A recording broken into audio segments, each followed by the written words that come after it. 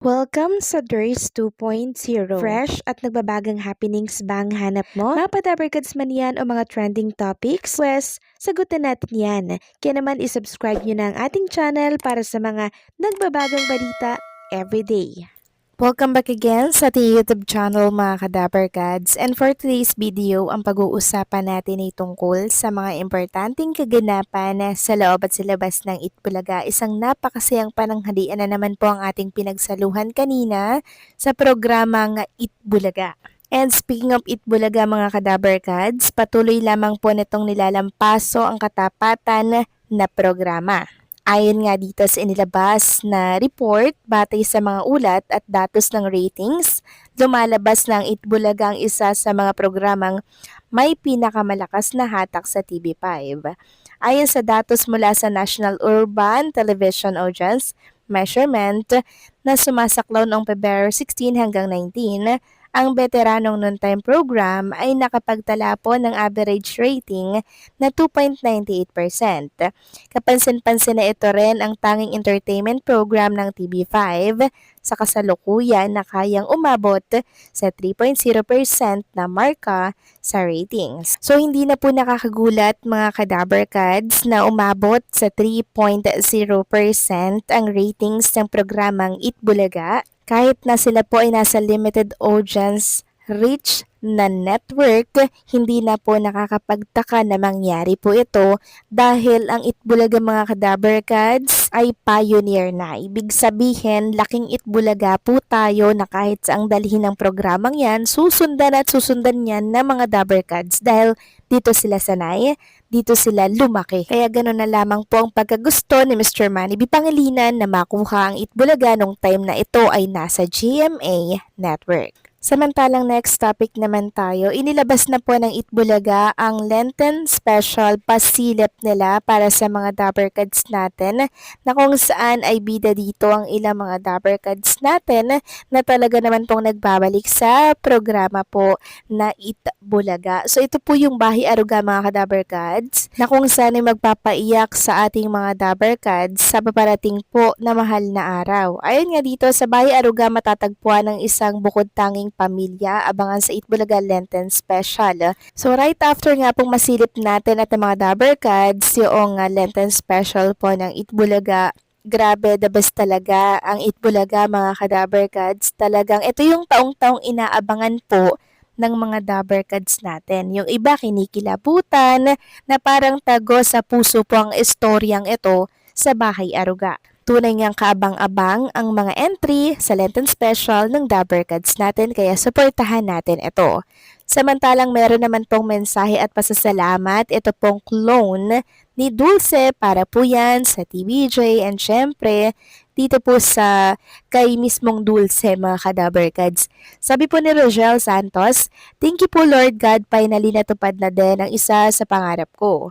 Always grateful to TBJ Production and Itbulaga kay Direk Oreo Black na palaging andyan para i-guide po kami at kay Miss Dulce Amor Liamedo hanggang ngayon hindi pa din ako makapaniwala na nakasama ko na po ang idol ko sa isang entablado. Isang malaking karangalan po na makasama ko po kayo. May pagmamalaki ko po ito kahit kanino." So kaya ganoon na lamang po ang emosyon ni Rogel Santos dahil isa po talaga ito sa mga pangarap niya na natupad dito po sa programang Itbulaga. Samantalang next topic naman, pag-usapan natin itong love team na binubuo po ng programang Itbulaga. Sino yan? Walang iba kundi po si Yuniel Kim and si Eunice Janine. Sobrang lakas po ng chemistry nila at hindi po nagkamali ang Itbulaga. Nagawan po sila ng ganito kagandang single mga kadabarkads. Talagang pinapasikat ito ng Itbulaga and maging sila din talagang pinapasikat din po ang tambalang ito. And ang dabarkads din natin kilig na kilig sa kanilang dalawa. Sabi nga nila, baka ito daw yung Aldab 2.0 sa mga susunod po na henerasyon or taon dahil ini-enjoy ito ng sobra ng mga dabarkads natin. Katunayan yan, may mga fans club na sila na talaga namang suportado ang bawat project ni Yunyul and ni Eunice Janine. Kaya ngayon pa lang, congratulations sa kanila dahil talaga namang maraming tumatangkilik sa kanilang first single. And hindi lang ito yung unang single nila mga Kadaberkads, for sure, gagawan ulit ito ng TVJ Production. Samantalang, next topic naman tayo. Congratulations dito kay Lucky M. Robles. Dahil mamaya po mga Kadaberkads, ngayong araw yun or mamayang hapon, si Lucky Robles po ay present sa Clowns Republic ni Alan Kay. Ayon nga sa kanya, blessed Monday everyone. Kita-kits mamaya sa Clowns Republic Comedy Bar Official together with the Monday group Ate Gay, Gil, Aducal Morales, Romel Chica, EJ Tameza, Wendell Valdez, and the Mistress Marico Ladesma Chrissy Marie Rondon Mariel. So, grabe lang mga Kadaberkads, no? Nakakasama po ni Lucky Robles, eto pong mga kilalang personalidad sa pagpapatawa like Romel Chica, Ate Gay, at marami pa pong iba. Kaya naman, congratulations, Lucky Robles. Samantalang next topic naman, pag-usapan naman natin itong naging matagumpay na Project 2 ng mga Jerome Mantics. Kasama syempre si Jerome Ibardome. Sabi nga po ni Ma'am Cristina Ignacio, I would like to say thank you and congratulations for a job well done. Jerome Mantics Project 2 is a testament that we can be united despite of our distances. USA Chapter, Cavite Chapter, Laguna Chapter, Bulacan, Valenzuela Chapter, Mandaluyong, Taguig Chapter, Pasig, Marikina Chapter, Manila Chapter, Quezon City Chapter, and Caloocan Chapter.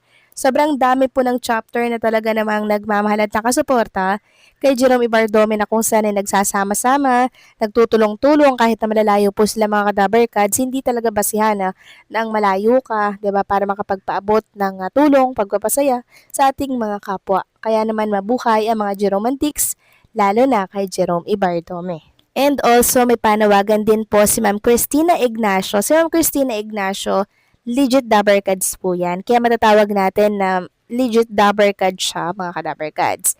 So, meron po siyang panawagan. Sana po ay makatulong din ito sa pag-plug ng kanyang post dito po sa ating channel. So, meron po siyang panawagan sa nawawala. Missing Janelle Krista Mondilla.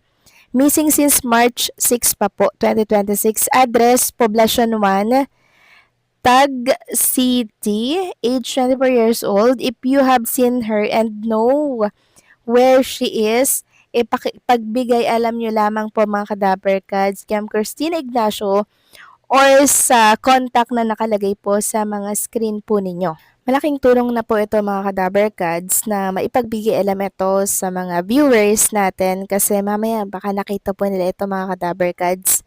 I-contact nyo lamang po ang number na yan or kay Ma'am Cristina Ignacio. So paano mga Kadaberkads, hanggang dito na lamang po ang update natin. Maraming salamat sa patuloy na pagsuporta.